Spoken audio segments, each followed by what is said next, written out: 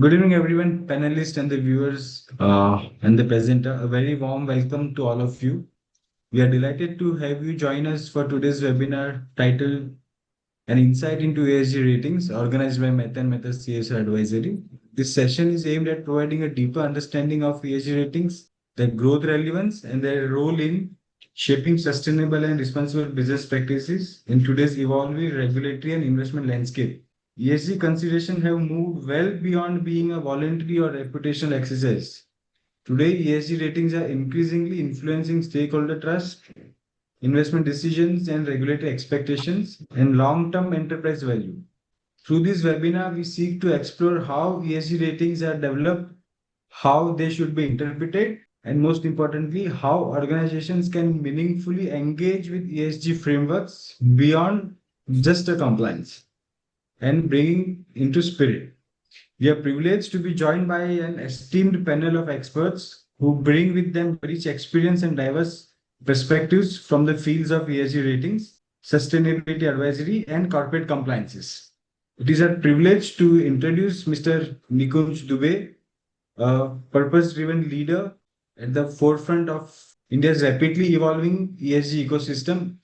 As the Chief Ratings Officer at CareEdge Ratings, Mr. Dube plays a pivotal role in shaping the design, credibility, and integrity of ESG assessment frameworks that influence how businesses are evaluated for sustainability, resilience, and long-term value creation. With over 14 years of diverse experience spanning ESG, credit ratings, finance, and sustainability consulting, Mr. Dube brings a rare blend of technical rigor and contextual relevance to ESG evaluations. At CareEdge ESG Ratings, he has been instrumental in developing robust and market-relevant ESG ratings methodologies, tailored specifically to Indian corporates while remaining aligned with the global principles and best practices. Under his stewardship, CareEdge ESG Rating has positioned itself as a trusted partner in ESG ecosystem, offering insights that go beyond compliance and focus on material, forward-looking sustainability risk and opportunities. Mr. Dube is also actively engaged at the national level through collaborations with regulators, market participants, industry bodies, contributing meaningfully to the development of ESG disclosure norms, sustainability taxonomies, and green and transition finance frameworks in India. His leadership continues to play a key role in strengthening India's sustainable finance landscape. We are honored to introduce Mr. Sudhakar Saraswatula, one of the prominent professionals associated with Mehta&Mehta, where he serves as a chief consultant. Mr. Sudhakar is a distinguished multidisciplinary professional holding membership with Indian Institute of Chartered Accountants of India, Indian Institute of Company Secretaries of India, and serving as a secretary at the Institute of Chartered Secretaries and Administrators, UK. He brings with him a rich blend of advisory governance and corporate leadership experience, having spent 17 years with Reliance Industries Limited, where he worked as a vice president, corporate secretarial department. It also gives us immense pleasure to introduce Mr. Anil Khatri, Chief Advisor at Mehta&Mehta, an accomplished company secretary with over 38 years of professional experience across IT, services, and manufacturing sectors. Prior to joining Mehta&Mehta, Mr. Khatri served as a Vice President and Company Secretary at Tech Mahindra Limited for an impressive 14 years. Mr. Khatri brings proven expertise in corporate governance, mergers, acquisitions, and regulatory compliances, along with strong ability to navigate complex and evolving regulatory environments. Yeah. Over to Dolly. Thank you, Mr. Nikunj, for your time. Thanks a lot. Thank you, Khatri ji. Thank you, Sudhakar. Thank you, Ronak. Pleasure. Hi. So I would like to introduce Mr. Ronak Kalathiya, who is a partner at Mehta&Mehta, a qualified CS charter holder with over 10 years of experience in the field of compliances, secretarial and legal under the Companies Act 2013 and various SEBI regulations. He started his career as a senior manager at an esteemed practicing company secretary firm, Mr. Jagdish Patel and Company, and was later promoted as a partner. He had worked with organizations across manufacturing, engineering, APC, and real estate sectors, and brings strong experience in corporate secretarial due diligence and allied compliance matters. Yeah. So, Sudhakar sir, over to you. We will start with the today's topic, ESG ratings. Yeah, good evening, everyone. So in this ESG series, we are discussing today mainly about the ESG rating and what is the purpose of ESG rating, what sort of ESG rating providers we have, and all the other nuances we will discuss today. As informed in my previous webinars also that ESG is the niche area as of now, and the company secretaries as compliance officers have to develop a thorough understanding of this subject so that they appreciate the concept, its utility for the organizations where they are working, and also the compliances related to that. Let us also understand that ESG is no longer a choice, it is an imperative for sustainability of corporations, society, as well as the world at large. The ESG movement has grown from being an activity as a part of CSR function to a boardroom agenda in the last few years. About a couple of decades before, the buzzword used to be the corporate governance, whereas now the buzzword is ESG. So, non-financial reporting has gained traction across the world as more and more companies have started becoming conscious about the adverse effects of their operations on the environment and climate change. Large capital funds such as pension funds and sovereign wealth funds are not looking just for the ROI, but also the social impact of their investments. Companies which are not ESG compliant may face hurdles in future for procurement or raising of the funds. In fact, if you see and observe that of late publishing the integrated annual reports, we are getting it wherein financial as well as non-financial information is also being disseminated to all the stakeholders. The purpose is to be ESG compliant. And in fact, I request all the company secretaries or chartered accountants who are participating in this particular webinar to kindly go through the integrated annual reports and appreciate that what is the non-financial information and how it is getting prominence of late.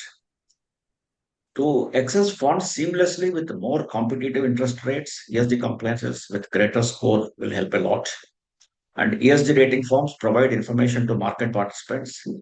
They do so by sifting masses of data to extract insights into various elements of ESG performance and risk.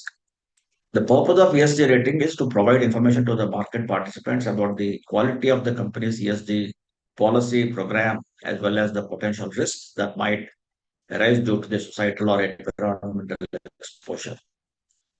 Investors rely on this information to make investment decisions. Because of this, the demand for ESG information has exploded in recent years. Commercially developed third-party ESG ratings are one of the type of service providers that has evolved to meet the demand of ESG information. ESG ratings are primarily intended to measure the ESG quality, and the ESG ratings firms aim to provide insight into ESG quality. However, a fundamental change for ESG rating providers is access to quality data to use in their models. How to get the information is a major issue these days, as well as whenever we go for the BRSR assurance or BRSR reporting also. The same is the question which we grapple with. Collection of information, furnishing that information, ensuring the integrity of the information being furnished. All these are all the nuances of ESG rating. And I give a pause here and request Mr. Nikunj to say a few words, and after Anil Bhai after that. And then Dolly will start her presentation. Yeah, Thank you, Mr. Nikunj, Sudhakar. please. So, thank you very much to Mehta and Mehta for inviting me. It's a pleasure to be on this platform and to be able to share the insights that we have on the ESG rating piece bit. One thing I think we need to certainly appreciate and understand is that one way where financial reporting and financial data has been the core metric till now, where assessments of organizations was being done, and that is how credit rating as a model ideally evolved. But more and more, we are not only concerned with the financial stability of an organization, but also from the angle of long-term sustainability of the organization as well. And hence, looking after the return metrics that we look not only from the angle of its profit making of the organization, but the resilience of the organization to function despite all the challenges that are there in terms of environmental or social related or governance related. I think this is where this non-financial reporting of data plays a very pivotal role. And I think the regulator has also very critically addressed this by way of bringing in some standardized format of reporting like BRSR for India, which will help the organization in terms of putting out their data, which can help them in terms of building their own practices and also help market participants like rating providers and consultants to be able to help these organizations to move forward in their sustainable journey. So thank you very much. We're looking forward for an insightful discussion today. Thanks a lot. Yes, Anil bhai. So good evening all, and welcome to this Mehta and Mehta's unique seminar model as always. So ESG is a field which is not yet tapped by many CS. So we thought we'll bring this, and the nuances of ESG we are trying to explain how to register and which are the providers. And if some of you all are conversant or working in corporates, or even the PCS for that matter, or even the chartered accountant. These days, when you apply for government tenders or any tender, public tender for that matter, and we have many, you have to fill in certain forms.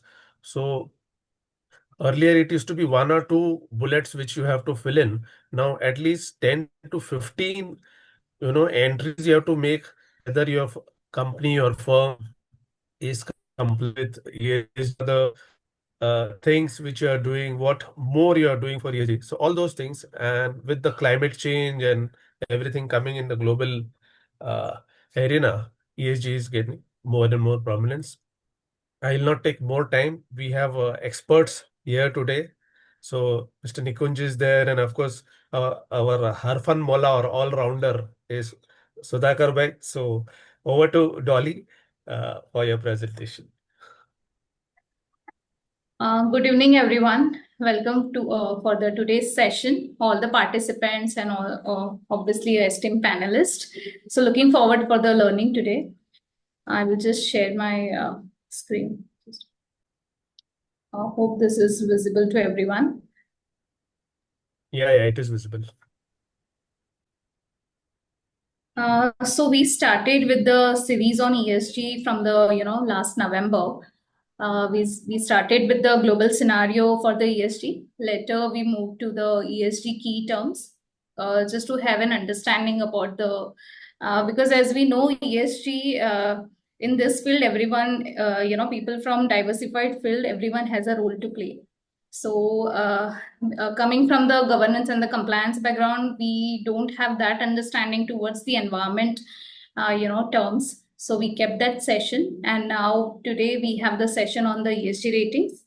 So basically the purpose of this session to understand how this rating framework work and what influences, the ratings for the companies, and how companies can improvise and strategize better for the ESG ratings. So today we will be starting with this topic, and we will be covering about what is the ESG rating, who will be the ESG rating provider, and SEBI has introduced this ESG rating in the year 2022. So we will look at the multiple circulars as well as the credit rating rules. Apart from that, what is the rating operations? What is the rating process? And we will have the overview about the ESG rating agencies. And later we will discuss upon the why it is important for a company to get the ESG rating, how it is influencing, what can be the criteria, what can be the strategies to improve, and the cost structure to get the ESG rating. So first of all, let's just understand on the what is ESG ratings. So basically it's a score or a grade assigned to a company based on their environment, social governance parameters, performance. So it's a quantitative or a qualitative assessment, we can say, of a company's environment, social and governance performance. Basically, ESG rating assess the or evaluate publicly disclosed data with regard to company's efficiency on their ESG practices. So in India, ESG rating agencies assess the organization effectiveness and gather information on various ESG factors, greenhouse gas emissions, diversity on company boards, working processes, water footprint, community engagement. So for a same company, there can be a different agencies giving the different ratings. Also, ESG rating act as a guide to investors to make investment choices such as assisting managers and pension funds. Investors, analysts, and other stakeholders utilize this rating to evaluate the company's long-term visibility and to manage the risk. Now, who assigns them? So as I mentioned earlier, there are ESG rating agencies in India and also in globally. So there are global agencies like MSCI, Sustainalytics, ISS ESG, Refinitiv. In India, there are agencies like CRISIL ESG, ICRA ESG, CareEdge ESG, NSE ESG rating, and ESG risk assessment. There are many, like there are 19 agencies which is registered with the SEBI as an ESG rating provider. So moving onwards, when we understand about the ESG ratings, let's have an understanding about the ESG first. What is, what was the evolution in India for the ESG? Just 1 minute, Dolly. Just go to the previous slide, please. Yeah. So I would like to just to appreciate what is the ESG rating and what is the advantage of this. If we equate the ESG rating with the credit rating, it is very easy to understand that. And as far as the ESG rating is concerned, it is also that mere compliance with the ESG related issues, whether it is a BRSR, whether it is CSR, is not sufficient. Documentation is very, very important. When the ESG rating provider, that ERP, when he comes, how you are, that's what's called as publishing the document and how you are providing the documentation for whatever the compliances you are ensuring. That will be helpful to arrive at accurate ESG rating. Otherwise, what will happen is either the ESG rating may not be in alignment with the ESG performance. Yeah. Yeah. Yes, sir. So to understand about the ESG in India, ESG considerations become mainstream in the corporate strategy and investor decision making. So all the ESG factor, environment, social, and governance factor, it was mandated in India to report on in the form of BRSR, business reporting and sustainability reporting, how business is responsible and towards the ESG factors. So it was mandated by SEBI on top 1,000 listed companies to disclose the ESG parameters from the financial year 20 to 23. The BRSR core framework introduced by SEBI in 2023 again to focus on the 9 key parameters, which is there in the BRSR itself, which is applicable, on which applicable companies has to get the BRSR assurance or assessment done. Furthermore, the Companies Act 2013 has introduced the corporate social responsibility section, which is the initiatives for the eligible companies to report on. So in BRSR, company has to report on CSR as well. Additionally, industry-specific regulators are increasingly integrating the ESG factors into their regulatory frameworks, and also RBI has incorporated ESG principle into banking guidelines in order to promote the sustainable financing. So as we can see, all the regulatories are making the changes and coming up with the regulations to promote the ESG. Yeah. Here also, as I told in the earlier webinars, that the BRR has started somewhere in the year 2013 under the erstwhile listing agreement, and it was started with business responsibility report, and it was mandated for the 100 top listed companies. In a span of about 10 years, it has been extended to 1,000 listed entities, just almost 10 times. So it is a matter of time that it is going to even knock the doors of your company also. So don't wait that when it is getting mandatory, I will start complying with the BRSR reporting at all. So as we discussed earlier, please initiate that BRSR framework as if it is going to be applicable to your company. Start that collection of data, deriving the data, publication of the data, all these things. So that by the time that it gets mandated to it, you will be already prepared for that. Yeah. Yeah, just to add to what Sudhakar ji has said, that in listed company, you have this BRSR, and the data collation takes a lot of time. So even companies which are, planning to go for listing in the next 1, 2, or 3 years, they should start this process now. In fact, the ESG has gained so much prominence that some of the companies voluntarily are also having ESG committees of the board to evaluate where the company stands and what measures they are taking, how they are moving towards zero carbon credit, etc., etc. So the bottom line, what I'm trying to say is that we should make that awareness in our organization and for the PCS or the chartered accountants, that to educate their clients and make more awareness about ESG, because the later we start, the more difficult it is. Thanks. Over to Dolly. Yes. Thank you for your inputs. So let's understand about the how it started, when we talk about the ESG rating. So ESG rating providers is introduced by the SEBI via Master Circular dated 12 July 2023. ESG rating providers are regulated under the provisions of SEBI Credit Rating Agencies Regulation. Regulation 28A provides that CRA regulations shall only be applicable to ESG rating providers covered in this fourth schedule.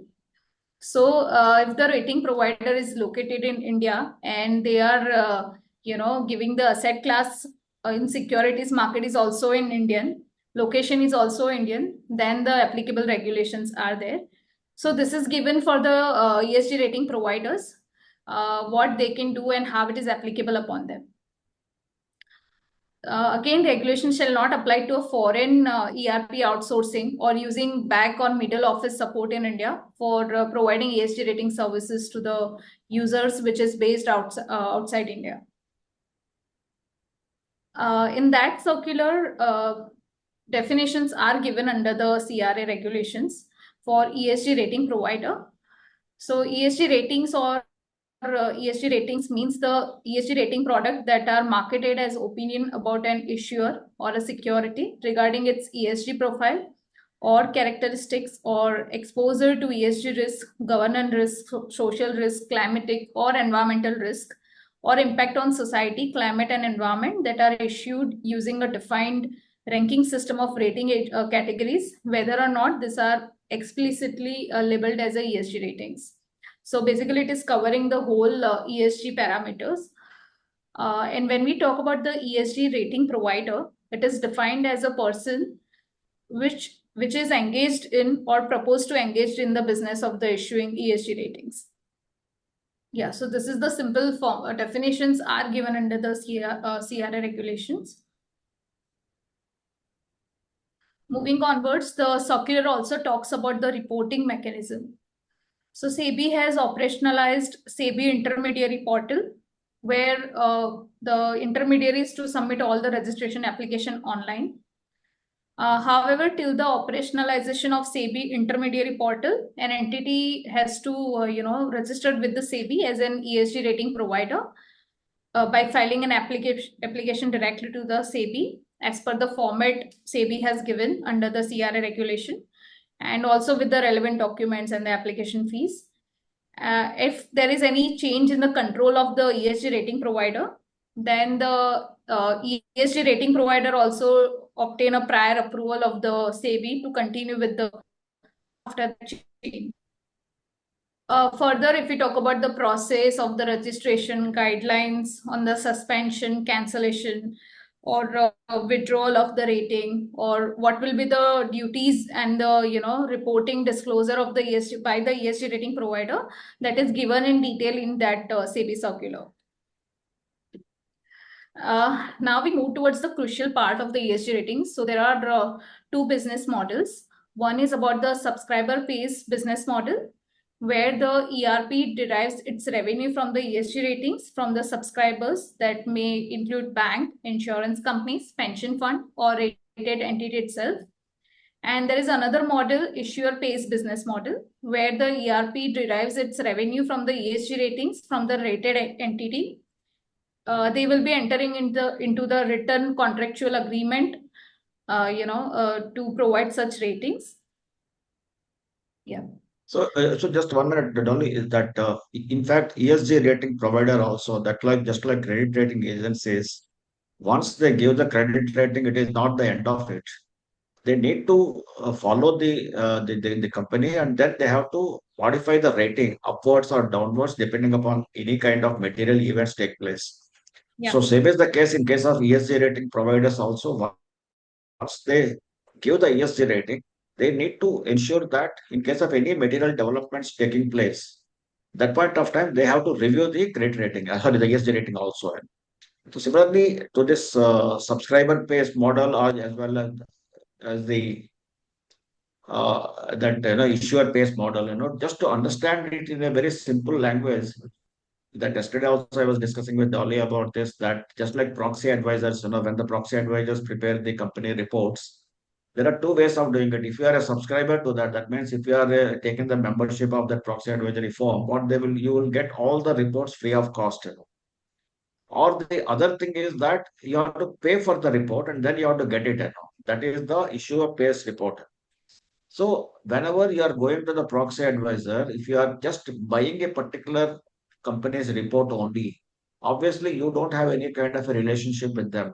Whereas if you are going in a subscriber model, obviously you have a relationship. So same is the case here also in case of ESG rating. There are two ways of the business models are there. And mostly, if I am not wrong, as on date, the issuer pay model is more prominent than of a subscriber pay model. Yeah. Yeah. Nikunj sir, would you like to add on anything? So the thing that I would like to properly critically mention, and the reason why also at CareEdge we took this license, which is issuer pays. One way of method which generally works in European context or US context is the subscriber paid model. The reason is that there is mandatory disclosure requirements against very specifically designed frameworks which are highly granular, far more expansive. And which is why that model I think works well. The reason why we have taken issuer pays was primarily that entities here where the disclosure levels currently in India is something which is currently graduating and improving year on year. The other is in terms of ability to understand an organization from its sustainability practice from the ground level.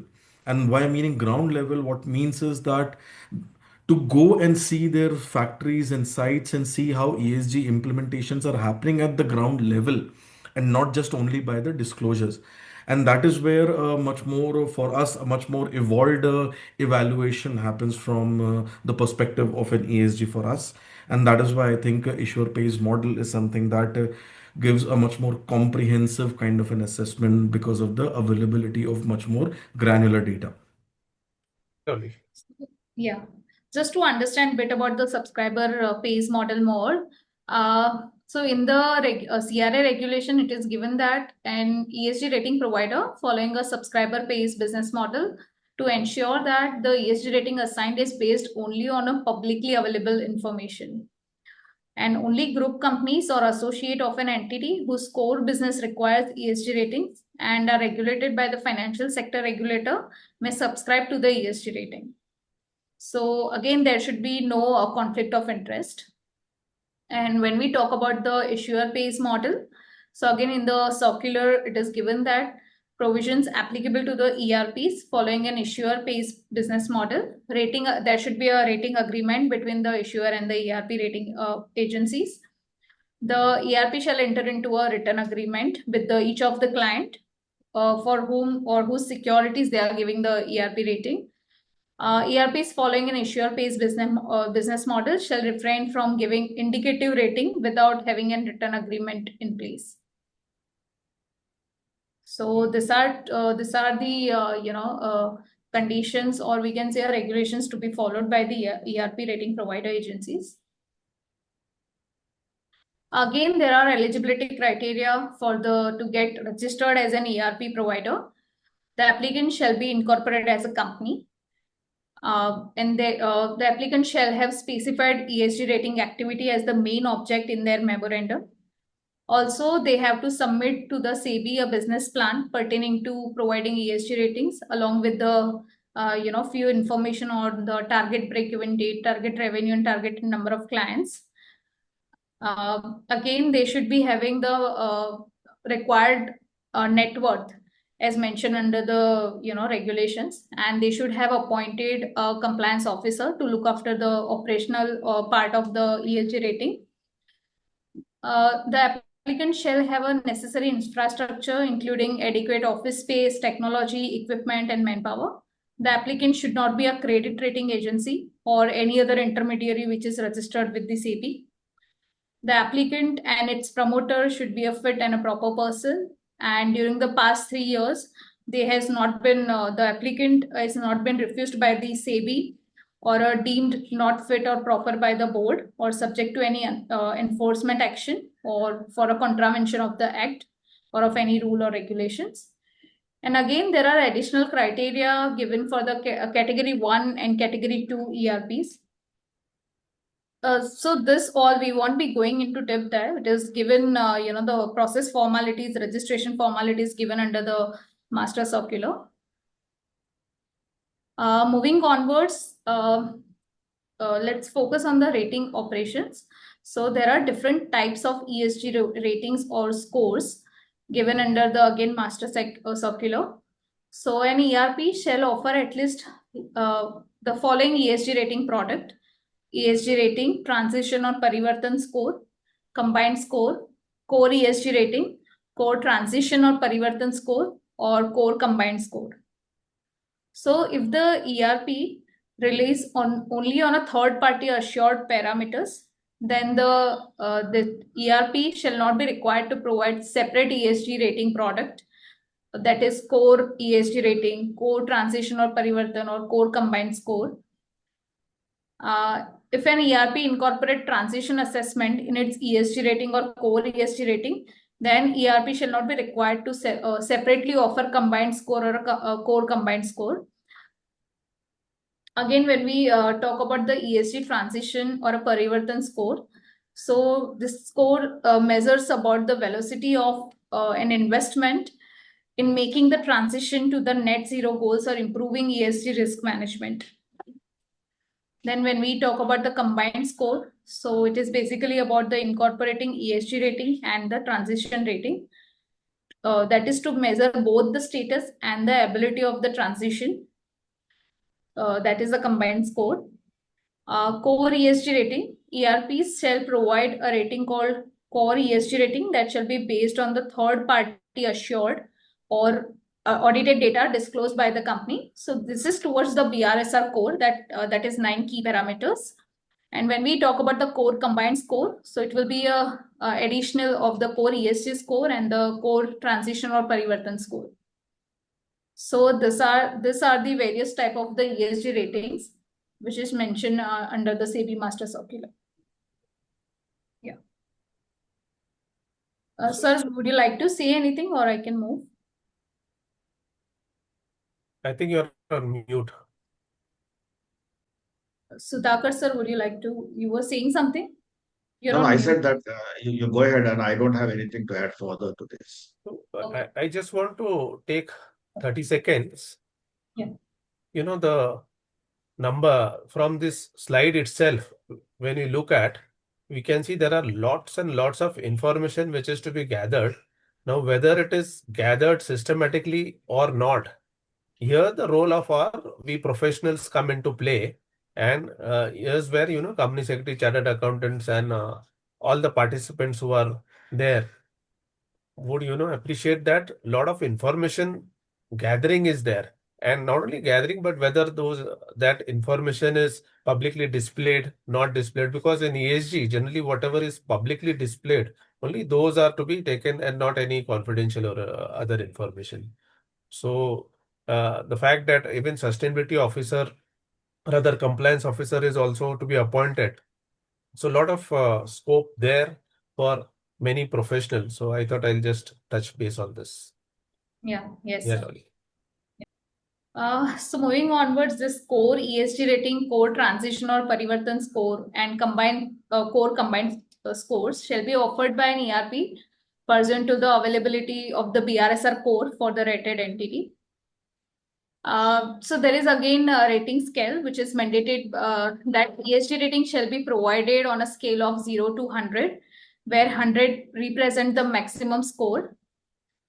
For existing outstanding ESG rating, the ERPs shall disclose new rating symbols and definitions on their website and update their rating list on their website.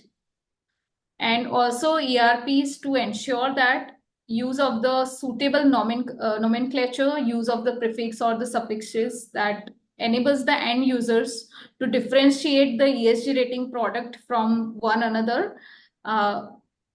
From the various ESG rating product, ESG rating, core ESG rating, transition. So there should be a different prefix should be used by the ERPs to give the the viewer clear idea about the rating. So that was the operational part. And now let's have a look at the ESG rating process. So again, this is for the ESG rating provider. They should be having the appropriate internal resources to provide to assign the ESG rating. They should also inform the general public about the new ESG rating instrument or the symbols introduced by it. They should ensure that the ESG rating suitably incorporates the ESG aspect that are contextual to the Indian market, as may be defined by the SEBI. Further, they should not preclude the ESG rating provider from offering the additional ESG rating product or the services. Again, ERP should disclose the ESG rating assigned to any issuer or security. Also, they should disclose any changes in the ESG rating or review after periodic review to the social stock exchanges. And also they have to post that on their website. They should be having the written policies, procedure, and internal controls, and also for the process and the methodologies they will be using to provide the ERP rating. They should be having the efficient system to track the material developments. They should be having the enough, team and the resources to provide the rating. And also they have to respond to the, any issues flagged by the issuers. And they also have to provide the draft ESG rating report with the rated issuer or issuer whose securities are being, rated before publishing the same. Yeah. Nikunj sir, would you like to highlight anything over here? Yeah, so the only thing that is point number D. So when we're talking about disclosure of the ESG ratings, so there is a difference between subscriber pay and the issuer pay disclosures, wherein subscriber pay, the disclosure will be only the score that is given to the entity and nothing else is disclosed in the public domain. Anything else can only be accessed if it is taken as a subscription and you pay them, then only you can access the brief report behind that. Whereas when it comes to issuer pay, the rating rationals which are there are by default publicly disclosed for public consumption. So example, if you go to CareEdge ESG ratings website and you would see the entities which we have rated, you will be able to see their rationale which is freely available in public domain and get a deeper understanding in terms of how we have arrived at those ratings, what was the rationale behind it, and what was the key strength and the weaknesses based on which the rating outcome has happened. So that is the differentiation between the two kind of business models of the rating providers. Yeah. See, in fact, in the same way, the credit rating agencies also, while they're assigning the credit rating, they have a rationale for that. What are the basis based on what they give the credit rating. Same is Correct. the case with the proxy advisory firms also. When the proxy advisory firms are arriving at a report based on the information available to them, they also have in their websites the what are the guidelines, what are the rules and regulations based on which they are going to operate. So the framework under which they are going to evaluate the company and accordingly they advise. The report will be available only to the people who pay for that or to the subscribers.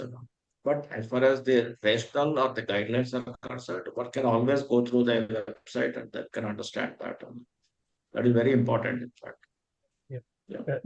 Any practical your insights, Nikunji, of sharing when you did the rating exercise, wherein you have something to say on that?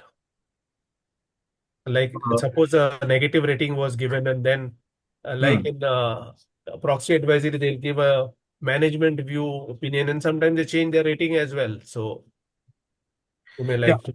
So, see, we have seen this a lot now over the exercises that we have done. Uh, First of all, one that is something that we have seen is that there is more data that they're able to give me. There is also one thing that we witnessed was in terms of inaccuracy in the data published in the public domain. And because we were able to engage with those issuers because of our business model, we were able to go to the granularity of how the data was calculated, understand how the mechanism of the data output has happened. And if there was any mistakes, we were able to rectify those mistakes and take that into our consideration. And that is where I think this consultative method of doing the rating, where in terms of, you are able to engage with the client, get more deeper understanding on this data, helps a lot. So there have been examples of these kind where, if there was somebody who was only relying on public available information, and if there is an inaccuracy in that data, they have to go ahead with that only. There's no way for anybody to rectify it. From an R model, we were able to do that because of the engagement process. Because of the issuer model, So, right? Yeah. so Nikunj, is that approximately how many ESG ratings so far you have awarded approximately? Okay, that is mentioned during the past 2, 3 years Sure. on an average per year basis. Number one. Number two, what is the objective of the companies obtaining for this ESG rating? Is it the only funding is the objective or anything else apart from that? Okay. So, for the first question, for our own track record. So, prior to the regulation that was brought by SEBI on ESG ratings and the licenses that were given, which was in May 2024. So, before that, the model in India was an open-ended model of doing ratings where we were also doing ratings based on whatever public available data was there, and we used to do the scoring for almost 800 top 800 companies by market cap.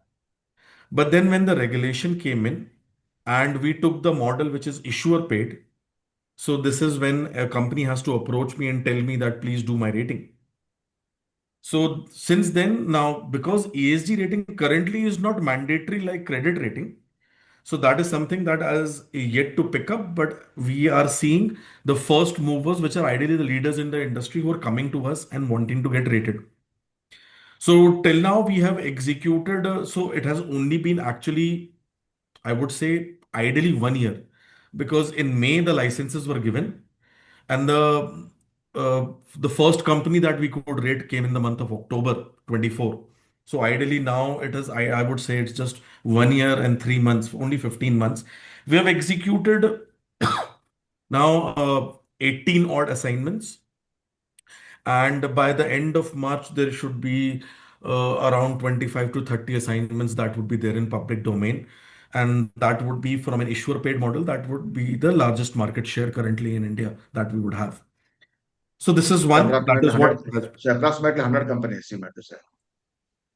uh, 25 companies for post license. Before license, though, we were doing 800 on an annual basis from Okay, okay, FY22 onwards. okay. So that was one. Now, why people are coming for rating? So today, if you would see, there is no direct tangible benefit of an ESG rating outcome like it is for credit rating. If you get a higher credit rating, you will get a discount on your interest rates based on the categorization given by various banks. Currently, that kind of a thing in India is yet under development. Banks are working how ESG performance can be incorporated in the credit appraisal mechanism. But then it's not only the banks who are the users of ESG rating. As of today, the prime users of ESG rating are the customers of the companies. They are the one who are demanding that showcase what you are doing on ESG. And that is why the entities want to get a rating done from us. Now, let's say if the subscriber paid model is already there, where they are not engaging with companies, and based on public available data, they are publishing the scores of, let's say, 500 or 600 companies still. Like, let's say, the international companies also like DJSI or Sustainalytics or MSCI, they do it. So why are they coming to again to me if they're already rated by someone like these subscriber pay?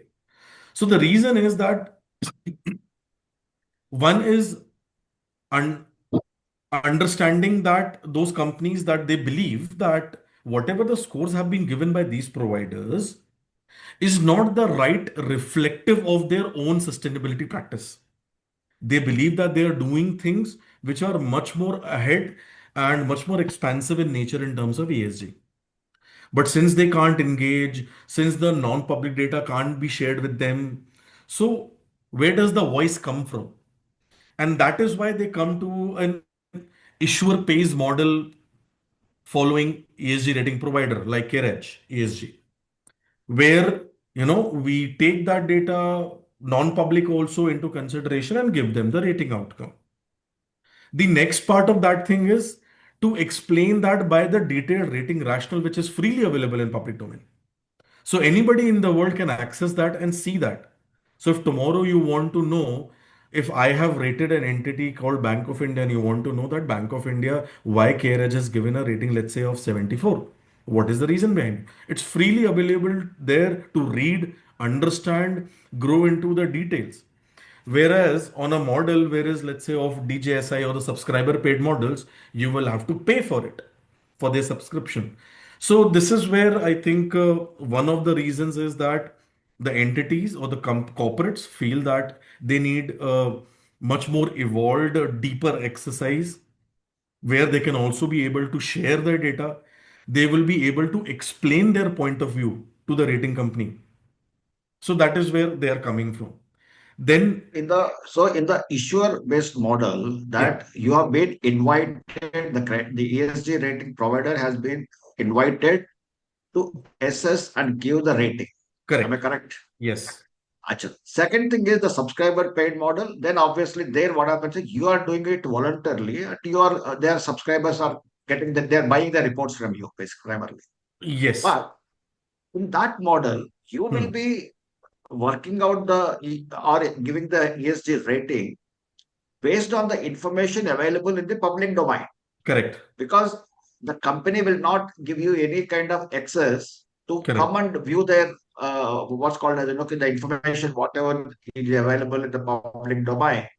They will True. not allow you to inside the company. Am I correct? Yes, correct. Okay, great. Acha, one more question, Mr. Nikunj, is that for the benefit of all of us is what is the tentative cost of a ESG rating provider charges, suppose case of issuer-based model for a medium-sized company? I know that it depends upon the size of the company, the volume of work involved, all those things. But to have a ballpark figure, suppose if I ask you, what is going to be that? So, of course, there is no standard rule to it, as you rightly stated. Uh, anyways, being a chief rating officer, I can't go into specific details of it, but what the generic market practice has been in terms of uh, anything that is between 10 to 20 lakhs, that is where the exercise ideally happens. Then Got I it, think got it. the business teams, the relationship managers do their discussions and negotiate and whatever they come and fall through. Yeah. And but I because will, this is yeah. requires much Sorry, go more ahead. Please go detail, ahead. Yeah. that is why I think the costing is there. You know why I'm asking this question, Mr. Nikunj, is that, Mhm. say, for example, for the top 1,000 listed companies, the BRSR reporting is mandated. I think for the last 2, 3 years, we are publishing that reports. Right. The reasonable assurance and all these things are yet to be mandated. Correct. What I'm trying to say is that these top 1,000 listed companies and even voluntarily also, suppose there is no need that when I'm going for ESG funding, then only I have to get my ESG rating. Correct. But at least if not every year, Since it is voluntary as on date, once in a while, if you get the ESG rating on an issuer-based model, Right. you will know where you are standing. What is your strengths, what are your weaknesses, any kind of gaps are there. If the gaps are there, how to fulfill it. So before you go and do that thing, if you can do it voluntarily also, I think once in a couple, I mean, 3 years, 4 years, or once in 5 years, it is advisable. Even if the 10, 20 lakh rupees, what you say, for a medium-sized listed company also, it is not a very big figure as such. So why Right. I'm trying to say this thing is all the compliance officers who are attending this particular webinar, maybe they may explore this possibility also, so that what happens is that even the ESG rating providers, as you rightly said, okay, depend upon the size of the company, you can have some kind of a negotiation at all. The cost, of course, no doubt about it, cost is going to be one of the factors. But when you go to the management and you make a presentation to them that, look, what are the advantages of that 5, 10, 15 lakhs I'm going to spend? And according to me, it is a good, what's called as the bet one can take it. If not Right. every year, once in 3, 5 years like that, as of now. No, If it is no. mandated tomorrow, then we have to do that. Yeah, I certainly agree to this point, but I would rather also say that it shouldn't be a once a while. It should be something which is continuous, because a continuous monitoring and to be able to continuously able to showcase the market that today, let's say in 2025, this is what my rating is. Next year in 26, it has moved up. In 27, it has moved up. These are the added things that I've done. This helps in building the investor and stakeholder confidence. And correct. it's one has to understand this is on ESG, the activities or the initiatives that you have to take to make yourself better is not something that can be fixed in a day. It is something that at times it may require even year. Example, let's say a company which is a high polluting entity, let's say like an iron and steel or a cement industry. For them to be able to move towards low carbon emission operations, let's say they have to incorporate renewable energy. Now, if they have to establish a renewable energy, will take another 7, 8 months to establish a plant, get the proper benefits of that into the process. It is not something that can happen in a day one. And these are kind of high investment activities also.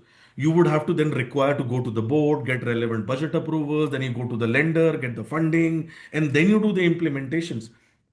So these kind of things don't happen in a day. And similarly, you see from a social angle. Let's take a simplistic example. You want your enter company to have proper systems and processes for, let's say, human rights or human capital kind of things.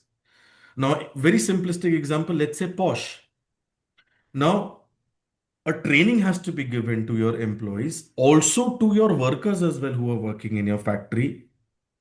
And then that is requires a continuous training, because this we are talking about changing of habit and not just about only giving a 1 day training to just understand what the concept is. It is about building the culture, change in behavior. And this can only happen when you are continuously doing things on a regular basis. And which is why I say a lot of things in ESG is something has to be seen from a long-term perspective. Short-term, there is no fix. The idea should be to improve yourself continuously by looking at the leaders or the best in class in the industry. These things can only come from a rating exercise where the benchmarking happens, where qualitative analysis happens by peer comparative analysis.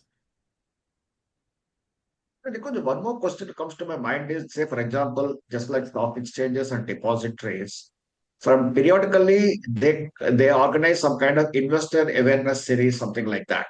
Right. So as far as the ESG rating is concerned, and okay, I don't know that how much awareness is there among the corporates. Mhm. Is it permitted for you to create this kind of awareness by conducting some programs, or you are prohibited to do that thing because that may amounts to solicitation of clients and all those things? I'm No, not no, aware of that. we are certainly permitted to conduct webinars, conferences, conclaves, those kind of things. But what we ideally do is that we partner rather than just doing it on our own, because it helps in broadening and expanding the, I would say, the audience base. So, example, we are the knowledge partner with the only rating provider as of today, which is a knowledge partner, let's say, with ASSOCHAM. And we Okay. have their sustainability conclave coming in the month of February on 13th Feb. It's happening in Delhi. We're the only knowledge partner with there. We are the knowledge partner with Business Today's annual sustainability awards.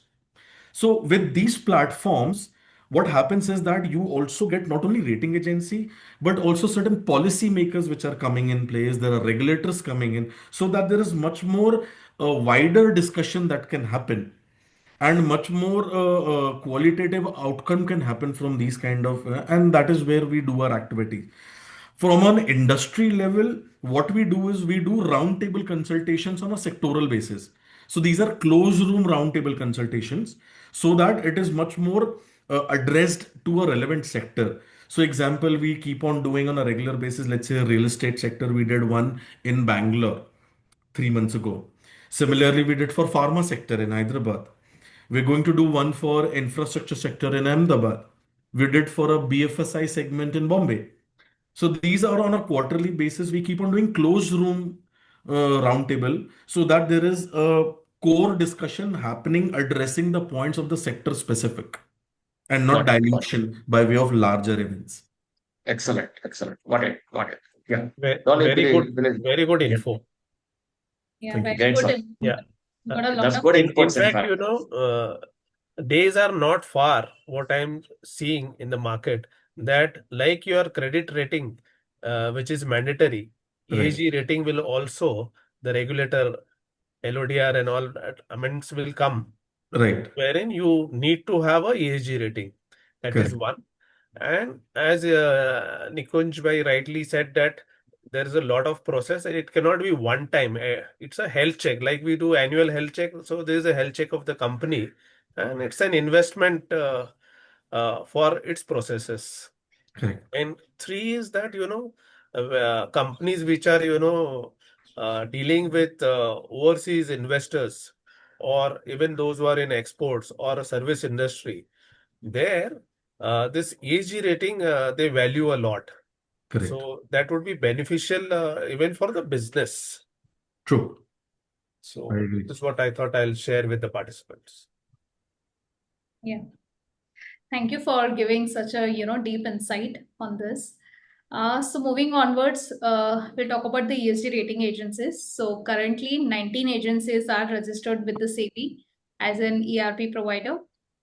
Again, as we discussed about there are issuer pay models and subscriber pays models. So I've taken some of the rating agencies which are there under the issuer pays model, like CareEdge, Care ESG Ratings, ICRA ESG Ratings, Beacon ESG Ratings and Research, Eco Ratings, FinTech Solutions. So they are under the issuer pays model, and the ESG Risk Assessment, CRISIL, NSC, and MSCI are under the subscriber pay model. And let's just have a look at as we mentioned earlier, there are same company can get a different ratings from all the different ERP provider. So I have taken the example of Reliance Industries. So it got from NSC, it got the score of 61. From CareEdge, it got the rating of Care A1 plus, and from the CRISIL, it got a different rating. So yeah, if you can just, Nikunj sir, if you can just give some insights on the ratings. See, here I can only say, see, every rating provider Yeah. will basically have their own methodology, how they do the assessment. So, score of one rating provider will always be different from another rating provider. That is bound to happen. The thing that the companies need to understand is that which they believe is a appropriate methodology out there, which provides a much more right understanding about on the ESG factor and how much granular the assessment and exercise is going. And then they can relevantly align with who they have to go with. So that is something an investor's choice. The understanding of methodology, how the rating provider is doing the rating, is something which is corely important. So that is something that I would say.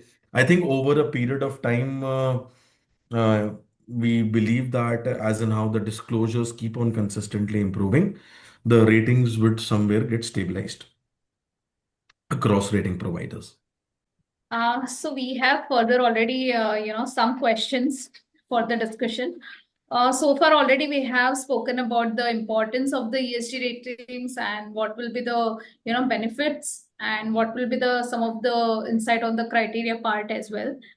So if you can just throw some light on the methodology and what will be the criteria, will be checked by the ERP provider when they are assessing the company. Uh, okay.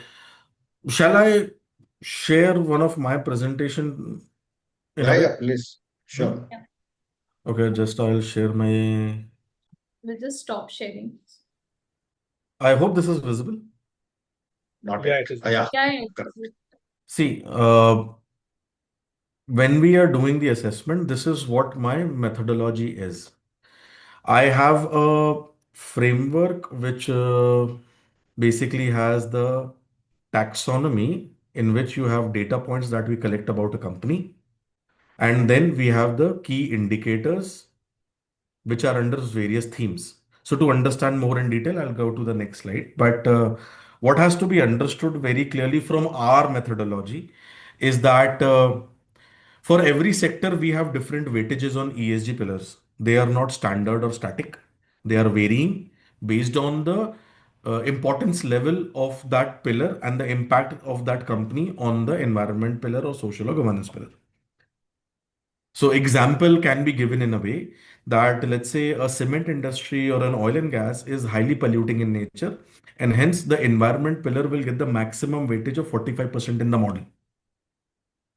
Whereas a company like an IT company or a bank, which does not have an environmental related substantial impact, will have, let's say, a weight of somewhere around 10% or 12%, 15% on environment. Majority of them will be on social and governance. Yeah, and supply chain would be a crucial one. Supply chain, of course. I mean, so that is certainly a part of the scope three. So yes.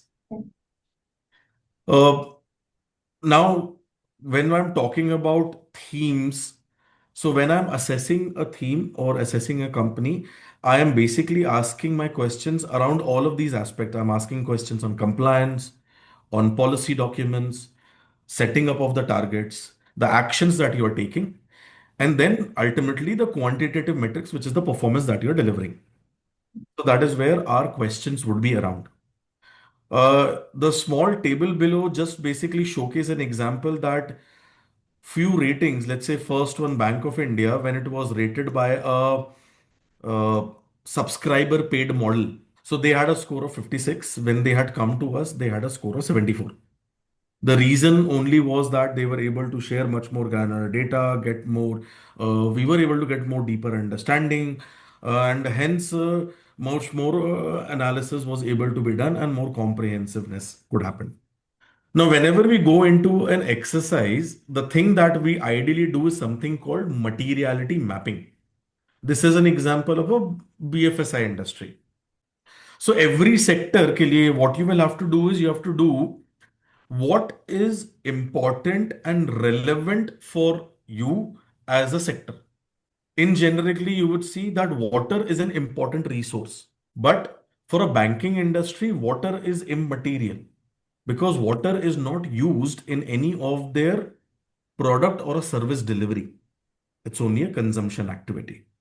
But if you would see a industry like textile that uses a lot of water for production of textile, that is where water will become the most important factor. So a materiality mapping is something that is very important, and hence the relevant pillar weightages is something that is very important that needs to happen.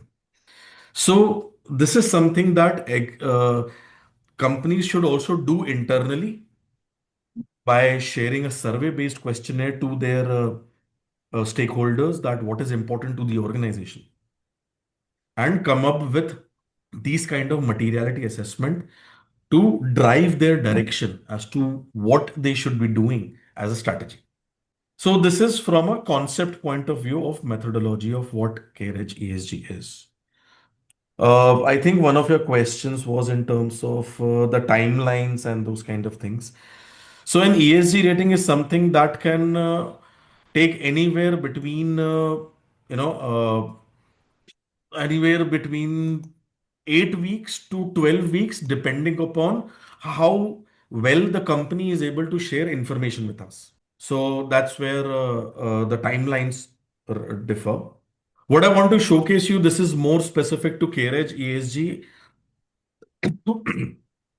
As I was saying, that SEBI has given that the scoring has to be between 0 to 100. So this is the band scoring scale that we have created, and we have created certain bands within the scoring scale so that it gives a more meaningful understanding. So that is by giving leadership, exemplary, strong, adequate. These are the few of the ratings that we have just done. So we've pushed it over here. In the table on the right hand side, I would want to only say that from an issuer paid model, we are the one of the largest now as of today. We have significant pipeline. But what is more core to understand, we are the only rating provider currently in the country, which has an international presence also of its ESG ratings and its services.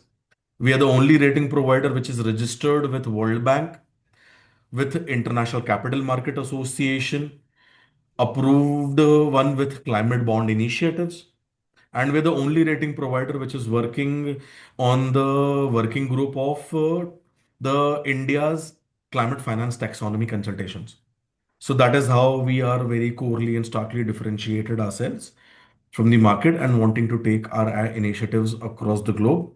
And if we see from the angle of where we are present, this is what CareEdge group is present across the globe, where we are delivering our services on ESG, credit ratings, green bond and social bond related second party opinions, and other consultancy activities through our advisory arms. So that was all from my end to be showcased. I just have one of the last slide to just showcase. If anybody wishes to reach out to us, please you can certainly reach out through Mehta and Mehta. But these are our connect details if anybody wishes to reach out to us. Sure, sir. Thank you. Thanks for giving Thank you. So there are further questions, Yeah. because we have the participants coming from the corporates as well as consultancy side. So there are questions from the company side that why they should get the this ratings done. What will be the benefits? Although we know the basic benefits, if we can just highlight on that. So first thing first itself would be that you will be able to understand where you stand on your own sustainability practice. And you will also get to understand the comparison between who are the leaders who are doing much more better. So you will get a benchmarking exercise. And this will help you to improve and make your own decisions and roadmap for the future. The next is that if you are listed entities and you have international domestic investors, you will be able to build a lot of confidence for them and trust in them. If you are an entity which is continuously raising money for your own operations, you will be able to build this confidence and help to diversify your investor base. Today, a lot of companies are trying to approach not regular lenders, but impact investors who are able to give you money at a lower cost of capital. To approach them, to be able to reach out to them, then rating is something that you will be able to showcase. Otherwise, what will we showcase to them? Yeah. So this is second. The third is the market in India also is developing in terms of the banks when they will incorporate ESG into their credit appraisal. When investors will first ask about ESG, then talk about your financial performance. That time is going to come in next 1 or 2 years.